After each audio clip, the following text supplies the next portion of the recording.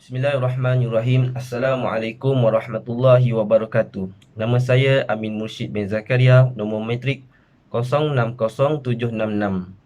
Saya tinggal di Bandar Baru Bangi, Selangor. InsyaAllah pada hari ini kumpulan kami akan membentangkan hadis yang ke-6, Al-Hadithus Sadis. Yang ini, hadis ini antara hadis yang penting dalam urusan agama Islam, iaitu hadis mengenai halal dan haram. Baik, hadis dan terjemahannya.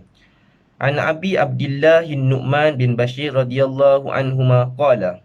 Daripada Abdullah bin An-Nu'man bin Bashir radhiyallahu anhuma katanya, Sami'tu Rasulullah sallallahu alaihi wasallam yaqul. Aku telah mendengar Rasulullah sallallahu alaihi wasallam bersabda, Innal halala bayyin wa innal harama bayyin. Sesungguhnya yang halal itu telah nyata dan yang haram itu juga telah nyata. Wa bainahuma mushtabihatun la ya'lamuhunna katsirun minan nas. Dan di antara kedua-duanya, yakni halal dan haram itu, terdapat perkara-perkara syubhah yang tidak jelas akan kehalalan dan keharamannya, yang tidak diketahui oleh ramai manusia. La ya'lamuhunna katsirun minan nas. Famanittaqa syubhat istabra'a lidinihi wa irdihi. Maka barang siapa yang berjaga-jaga daripada perkara-perkara yang syubhah, sesungguhnya ia telah menjaga agama dan kehormatannya. Wa man waqa'a fi syubhah waqa'a fil haram. Dan barang siapa yang terjatuh ke dalam perkara-perkara yang syubhah, maka sesungguhnya ia telah terjatuh ke dalam perkara-perkara yang haram. Karra'i yar'a hawlal hima yushiku an yarta'a fi. Seumpama penggembala yang menggembala kambingnya di sekitar kawasan terlarang, yang hampir-hampir binatang gembalanya masuk dan memakan rumput rampai yang ada di dalamnya. Ala wa inna likulli malikin hima. Maka ketahuilah sesungguhnya bagi setiap raja itu ada padanya kawasan larangan. Maknanya raja sendiri pun ada kawasan larangan dia tersendiri, yang mana manusia biasa tidak boleh masuk kawasan larangan tersebut. Ala wa inna himallahi maharimuhu. Dan ketahuilah bahawa sesungguhnya kawasan larangan Allah adalah perkara-perkara yang telah diharamkannya. Ala wa inna fil jasadi mudghah. Dan ketahuilah sesungguhnya dalam tubuh itu terdapat seketul daging. Idza salahal jasadu kullu. Jika daging tersebut baik, maka baiklah keseluruhan jasadnya. Jika wa idza fasada jasada kullu. Jika daging itu rosak, maka rosaklah keseluruhan jasadnya. Ala wahyal qalbu. Sesungguhnya daging tersebut adalah hati. Rawahul Bukhari wa Muslim. Riwayat Bukhari dan Muslim. Jadi memang biasalah kita tengok ramai orang yang tahu mana yang halal dan mana yang haram. Jelas Nabi kata innal halala bayyin. Halal itu terang jelas, haram pun jelas. Innal harama bayyin. Cumanya ada yang tahu benda tu dah haram tapi pergi buat juga. Satu lagi pula benda yang tak pasti, ini perkara-perkara syubhat yang kita tak tahu halal ke haram, halal ke haram. Okey, halal, haram dan syubhah. Syubhah sepatutnya kalau kita betul-betul orang yang nak jaga agama, kita kena tinggalkan. Tak payah buat perkara syubhah tu. Kalau kita tak pasti halal ke haram, kita tinggalkan je terus. Contohnya, kalau kita nak makan sesuatu makanan tu, kita tak tahu makanan tu halal ataupun haram. Jadi tinggalkanlah, tak payah makan. Kita pergi cari makanan lain sebab banyak lagi makanan lain yang boleh dimakan, yang halal. Dan halal dan halal haram itu bukan hanya pada makanan sahaja, termasuk juga perbuatan kita, iktikad kita, termasuk juga dalam apa sahaja urusan kita yang lain. Semua ada perkara yang halal dan ada perkara yang haram, serta ada perkara yang kita tidak pasti, iaitu perkara-perkara syubhat. Dan yang tak pasti tu kita tak perlulah nak buat, dan para ulama pun sangat-sangat menjaga benda ni. Dan orang yang menjaga hati dia akan dapat benda ni. Siapa yang jaga hati, semuanya akan jadi baik. Kalau hati dia buruk, maka semua akan jadi buruk. Baik. Seterusnya kita pergi kepada ahamiyatul hadis, iaitu kepentingan hadis. Hadzal hadits mujma'un ala azimin mawqi'uhu wa kathratu fawaiduhu. Terkumpul pada hadis ini kedudukannya yang besar dalam agama dan banyaknya manfaat-manfaat yang boleh diperolehi daripada hadis ini. Fahuwa ahadul ahadis allati yaduru 'alaiha al-Islam. Hadis ini adalah merupakan salah satu hadis di mana hukum hakam agama Islam dikeluarkan daripadanya. Qala jamaah huwa salasuhu. Berkata jamaah, ia adalah sepertiga daripada agama. Wa qala Abu Daud rabi'uhu. Berkata Abu Daud pula, ianya adalah seperempat agama. Wa man an'amu nuzuru fihi wajadihi hawiyan li jami'ihi.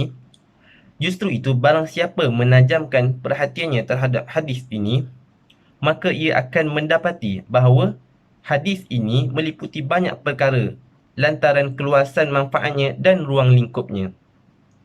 Li'annahu mustamilun ala bayanil halal wal haram wal mutasyabih. Kerana sesungguhnya hadis ini mencakupi penjelasan tentang yang halal dan haram dan perkara-perkara yang syubhah, iaitu perkara yang kabur dan tidak jelas tentang halal dan haramnya. Wama yaslihul qalbi wama yufsiduhu. Ia juga meliputi barang apa yang boleh memperbaiki hati dan apa pula yang mampu merosakkannya. Wa hadza yastalzimu ma'rifatu ahkamus syariah usuliha wa furu'iha. Hadis ini melazimkan akan makrifat tentang hukum hakam syariat, segala usul dan cabangnya, yakni usul dan furu'nya. Wa huwa aslun fil akhdhi bil war'i wa huwa tarkus syubhat. Ia adalah usul bagi sifat wara', iaitu dengan meninggalkan perkara-perkara yang syubhah. Seterusnya kita pergi kepada lughatul hadis, iaitu istilah yang terdapat dalam hadis ini. Okay, yang pertama adalah bayyinun, yakni zahirun, bermaksud jelas atau terang. Okay. Wa huwa ma nasullaha wa rasuluhu aw ajma'ul muslimun ala tahlilihi bi'ainihi aw tahrimuhu bi'ainihi. Okay. Yang dimaksudkan jelas tadi adalah yang halal dan yang haram telah jelas, yang mana ianya telah dinaskan oleh Allah Subhanahu wa taala dan rasulnya, dan kaum muslimin telah bersepakat akan kehalalan pada zatnya dan juga keharaman pada zatnya. Okey, yang kedua, mushtabihatun, jamak mushtabihun. Okey, iaitu mushtabihatun ni jamak kepada perkataan mushtabihun. Wa huwal mushkal, yang bererti muskil, sama-sama. Maksudnya kat sini, perkara-perkara syubhah ni adalah perkara-perkara yang muskil, yang sama-sama. Okay. Lima fihi min adamil wuduhi fil halli wal haramah. Kenapa perkara-perkara syubhah ni sama-sama menimbulkan kemuskilan? Kerana ketidakjelasan tentang kehalalan dan keharamannya. Okay, kita pergi kepada yang tiga. La ya'lamuhunna. Maksud tidak diketahuinya, iaitu la ya'lamu hukmaha, iaitu ramai manusia tidak mengetahui akan perkara-perkara akan hukum perkara-perkara syubhat ini. Litanaza'ul adillah, lantaran telah wujudnya pertelingkahan dalam dalil-dalil. Okey. Fahiya tushbihu marratul halal wa tushbihu marratul haram. Okey. Kadang-kadang perkara-perkara syubhah ni dia seakan-akan dia menyerupai perkara-perkara yang halal, dan kadang-kadang juga perkara-perkara syubhah ini dia menyerupai akan perkara-perkara yang haram. Sekian daripada saya. Terima kasih. Assalamualaikum warahmatullahi wabarakatuh. Nama saya Muhammad Daniel bin Muhammad Naim, nombor metrik 061500. Saya berasal dari Yan Kedah. Saya akan menyambungkan lughatul hadis yang keempat, iaitu ittaqa asy-syubhat, iaitu berjaga-jaga daripada perkara-perkara syubhah, yang mana dengan menjauhkan diri darinya, dan hendaklah seseorang itu meletakkan pelindung antara dirinya dengan perkara-perkara yang syubhah. Yang kelima, istabro'a lidinihi wa irdihi. Sesungguhnya ia telah membebaskan dirinya dengan agama dan kehormatannya, iaitu membebaskan dirinya daripada terjadinya celaan dan cercaan ke atas kehormatan dan kemuliaan dirinya, serta terjadi kekurangan dalam agamanya. Justru ia mempunyai kaitan yang rapat dengan manusia dan Allah. Yang keenam, waqa'a fi syubhat, yang mana barang siapa yang terjatuh ke dalam perkara-perkara yang syubhah atau melakukan perkara-perkara yang mengandungi unsur-unsur syubhah, di mana ianya seakan-akan halal atau menyerupai yang halal di suatu sudut dan menyerupai yang haram pada sudut yang lain. Assalamualaikum warahmatullahi wabarakatuh. Nama saya Muhammad Alif Haikal bin Abdul Kahar, nombor metrik 060194. Saya berasal daripada Taiping, Perak, dan saya akan menyambung lughatul hadis, lughatul hadis yang ketujuh, iaitu Al-Hima, kawasan larangan, yang bermakna Al-Mahmi, tempat terlarang, iaitu terlarang terhadap sesiapa selain daripada pemiliknya.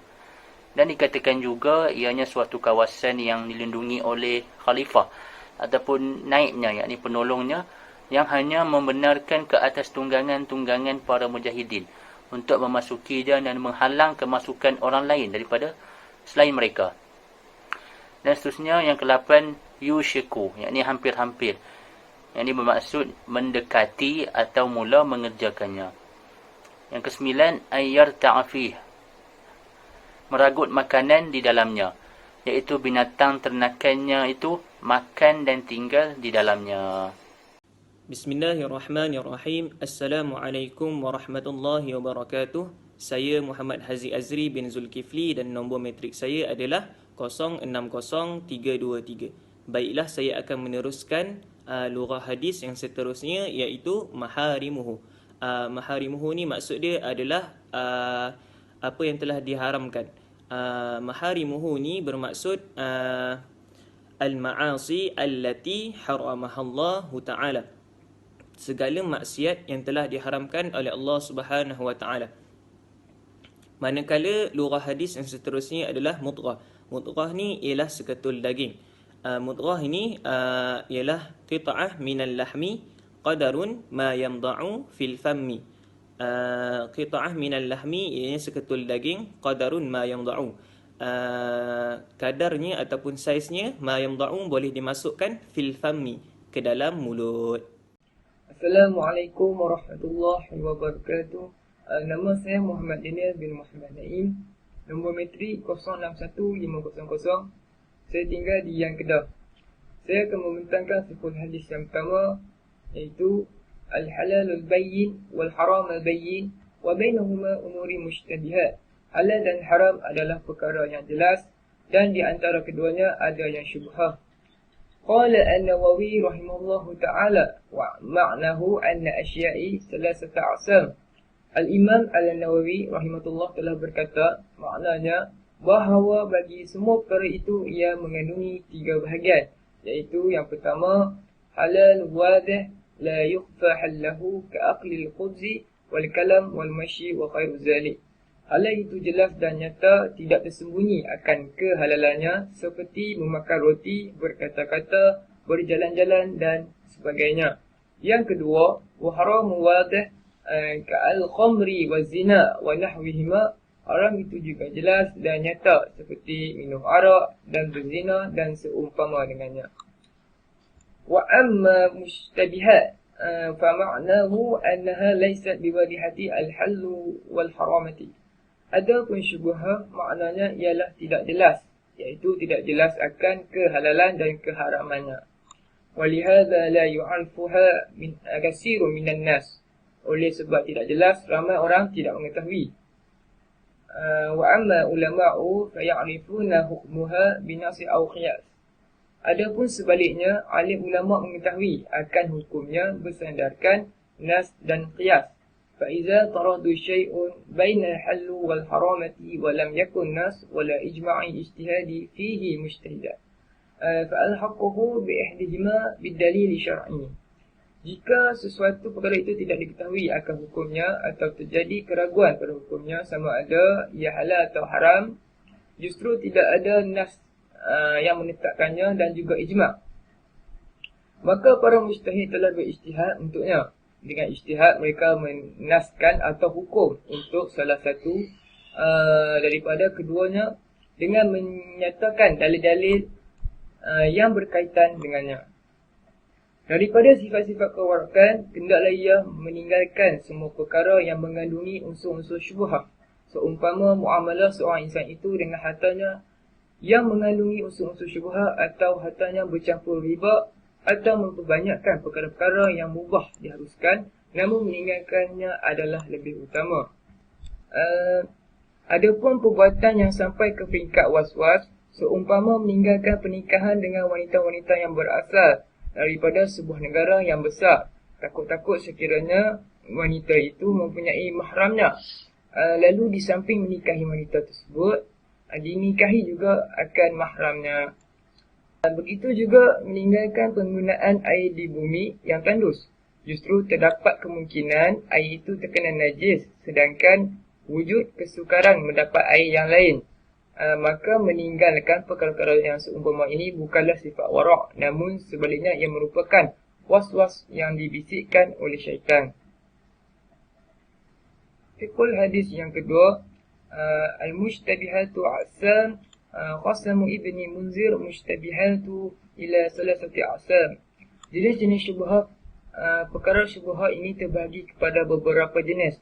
Ibnu Al-Munzir telah membahagikannya kepada 3 bahagian, iaitu yang pertama, syai'un yu'allimuhu mara'ul haraman summa yushakku fihi al-huwa baqu ala halahu am la fala yuhallu al-iqdami alaihi illa biyakin kasyataini zabhu ihdahuma wasani wasyakna fi ta'iniha.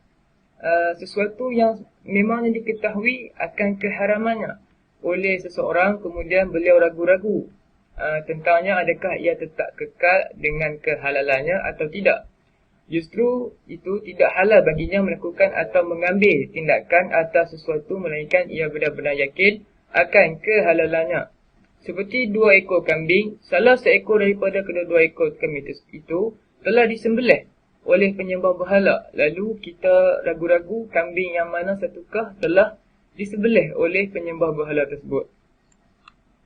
Yang kedua, وعكسه أن يكون الشيء حلالا يشك في نحوه كالزوجة يشك في طلاقها وكالحدث يشك فيه بعد يقين طهارته فلا أثر له.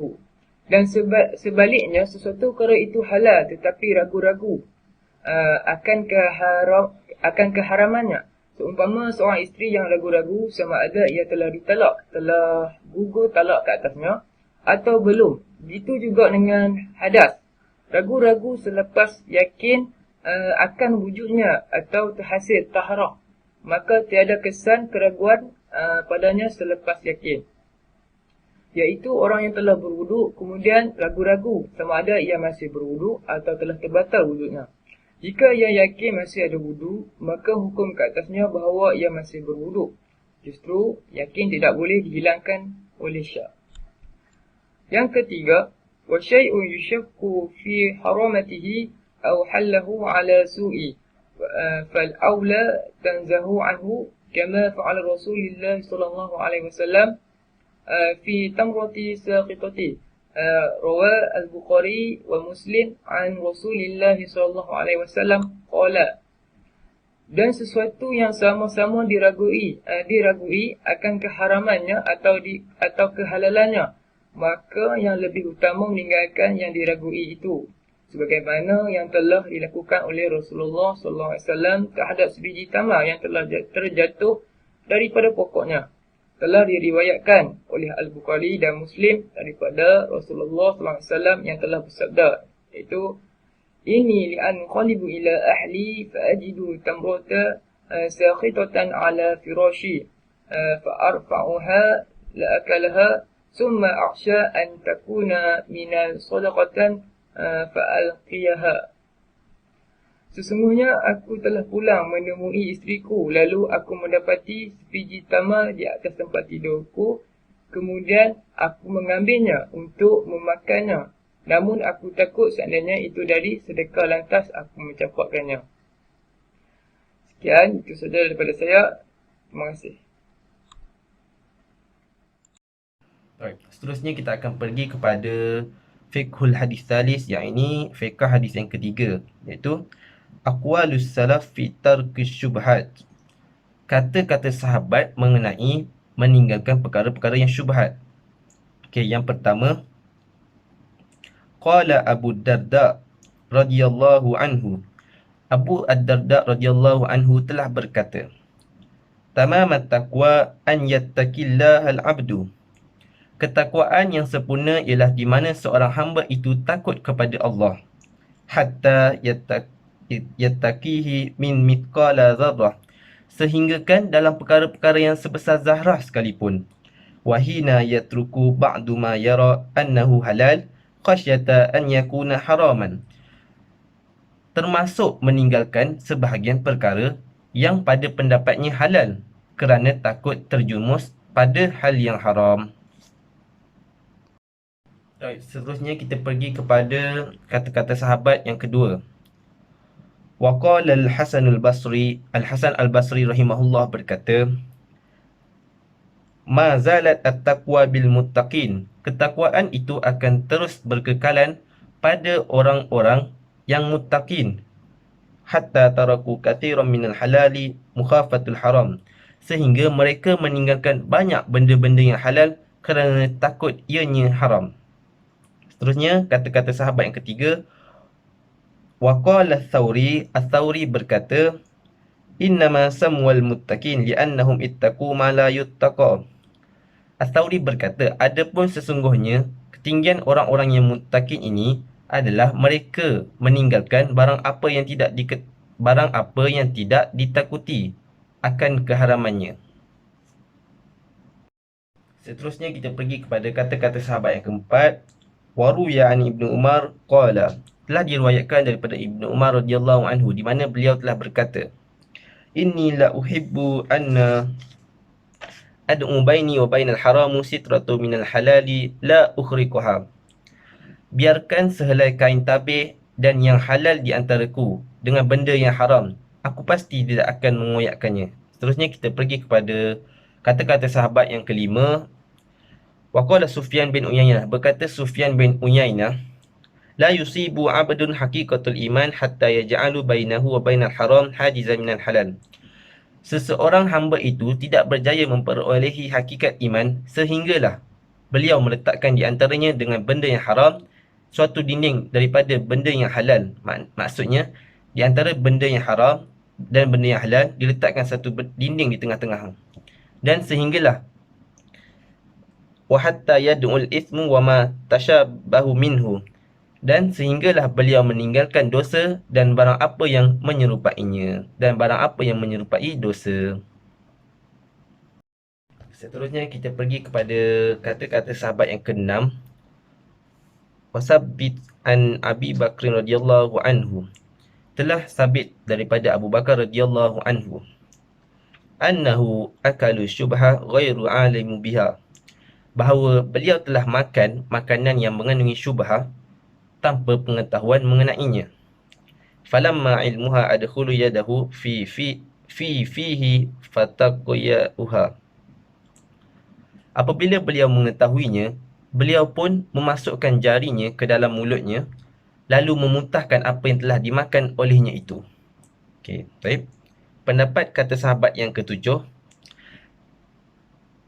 Wa qila li Ibrahim bin Adham, dikatakan kepada Ibrahim bin Adham, alla tashrabu min ma'i zamzam, adakah kamu minum air zamzam? Faqala, jawab beliau, lau kana li dalwun la syarabtu, jika aku mempunyai sebuah baldi kepunyaanku, aku akan meminumnya. Isyarat ila anna dalu min mali sultan, satu isyarat bahawa sesungguhnya baldi itu adalah daripada harta sultan. Baik.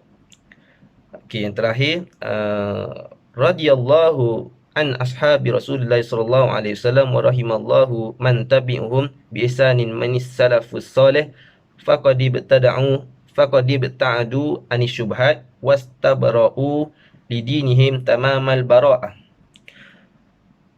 Semoga Allah Subhanahu Wa Taala meredai para sahabat Nabi sallallahu alaihi wasallam dan para pengikut mereka daripada kalangan salafus salih yang telah menjauhkan diri daripada perkara-perkara yang syubhah dan menjaga agama mereka dengan penjagaan yang sempurna. Wallahu a'lam. Sekian daripada saya. Terima kasih.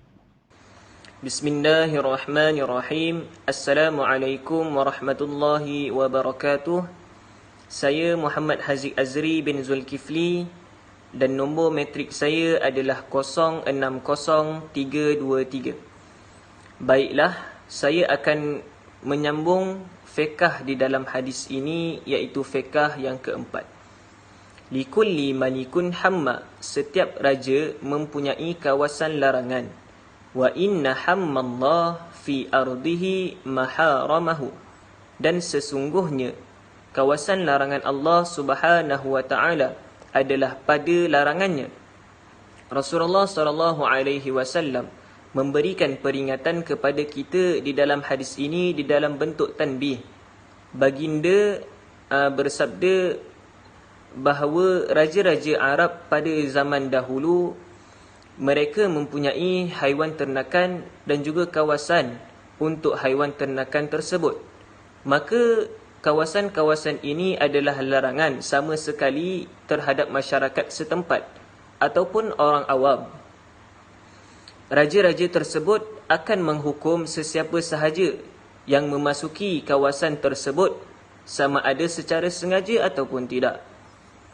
Maka di sini perlulah kepada masyarakat-masyarakat ini untuk berhati-hati menjaga haiwan ternakan mereka supaya tidak memasuki kawasan larangan yang telah ditetapkan oleh raja-raja tersebut. Maka sesiapa sahaja yang berusaha untuk menjaga haiwan ternakan mereka, maka mereka akan selamat. Tetapi bagi sesiapa sahaja yang lalai untuk menjaga haiwan ternakannya daripada memasuki kawasan larangan tersebut, mereka akan mempunyai resiko yang lebih tinggi untuk memasuki kawasan larangan tersebut, seterusnya dihukum oleh raja-raja. Begitu jugalah Allah Subhanahu wa taala. Allah Subhanahu wa taala mempunyai kawasan-kawasan larangan, dan kawasan-kawasan larangan Allah Subhanahu wa taala adalah segala maksiat dan juga segala perkara-perkara yang haram, seperti membunuh, berjudi, minum arak, berzina, merompak dan sebagainya. Maka kita di sini sebagai orang Islam dan orang yang beriman perlulah dan tidak boleh sama sekali untuk melakukan perkara-perkara yang haram. Dan kita dianjurkan untuk tidak melakukan sebarang perkara-perkara yang menghampiri kepada perkara-perkara yang haram. Perkara-perkara yang menghampiri ini dikategorikan sebagai perkara-perkara yang syubhah. Maka sesiapa sahaja yang menjaga diri daripada melakukan perkara-perkara syubhah akan terselamat daripada melakukan perkara-perkara yang haram. Maka sesiapa sahaja yang meringankan perkara-perkara yang syubhah ini, maka mereka akan lebih berisiko untuk melakukan perkara-perkara yang haram. Maka kesimpulan bagi fiqh yang keempat ini adalah Allah Subhanahu wa taala sudah menggariskan panduan untuk kita untuk tidak memasuki kawasan larangan-larangannya. Maka kita sebagai manusia haruslah berusaha untuk menjaga diri dan ahli keluarga kita daripada untuk melakukan perkara-perkara yang haram dan perkara-perkara yang maksiat. Sekian daripada saya. Assalamualaikum. Okey, seterusnya saya akan menyambung fiqhul hadis, yakni fiqhul hadis yang kelima dan fiqhul hadis yang keenam.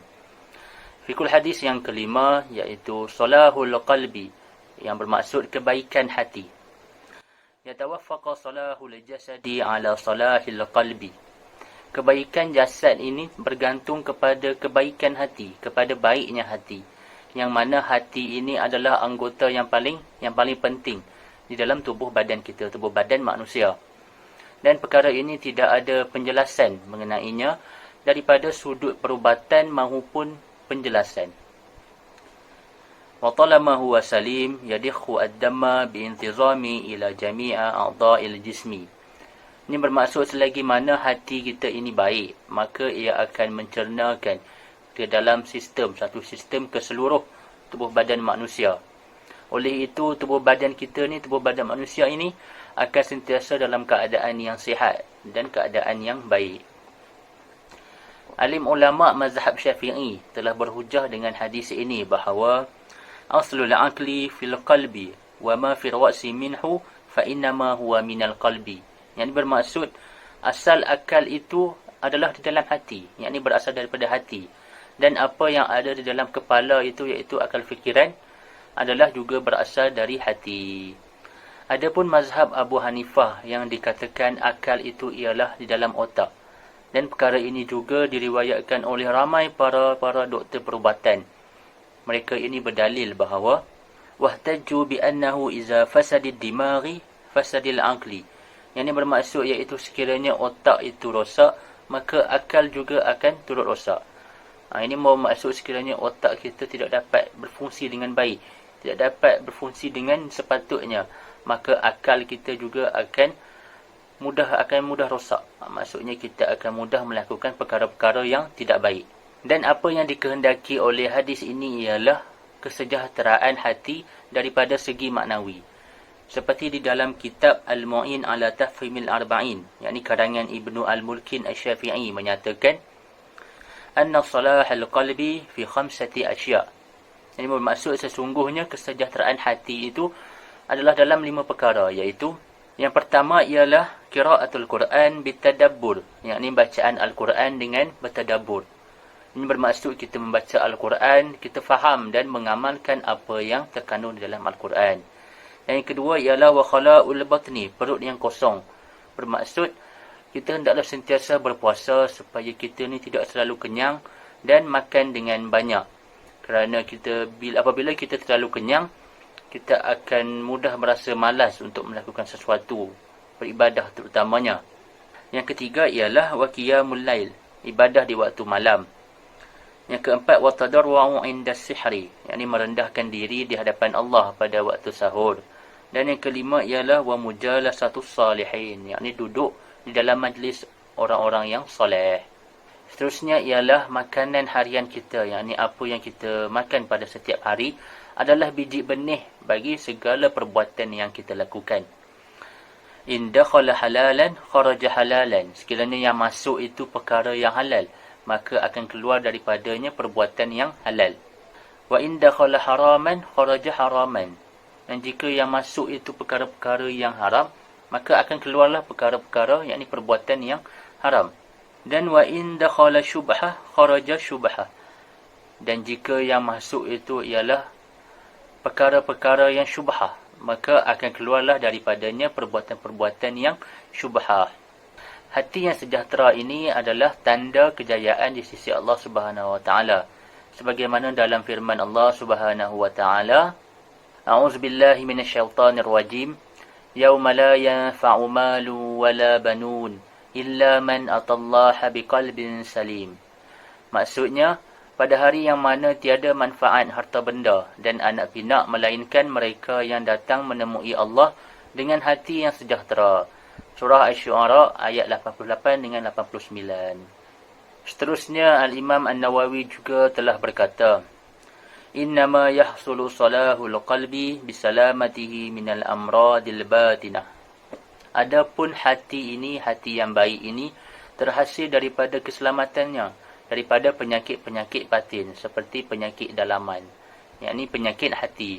Contoh penyakit-penyakit batin ini ialah seperti hasad dengki, khianat, riya, tamak, bakhil, takabbur, suka memperlekehkan orang lain, tamakkan harta, sum'ah, tipu helah dan tidak redha akan takdir.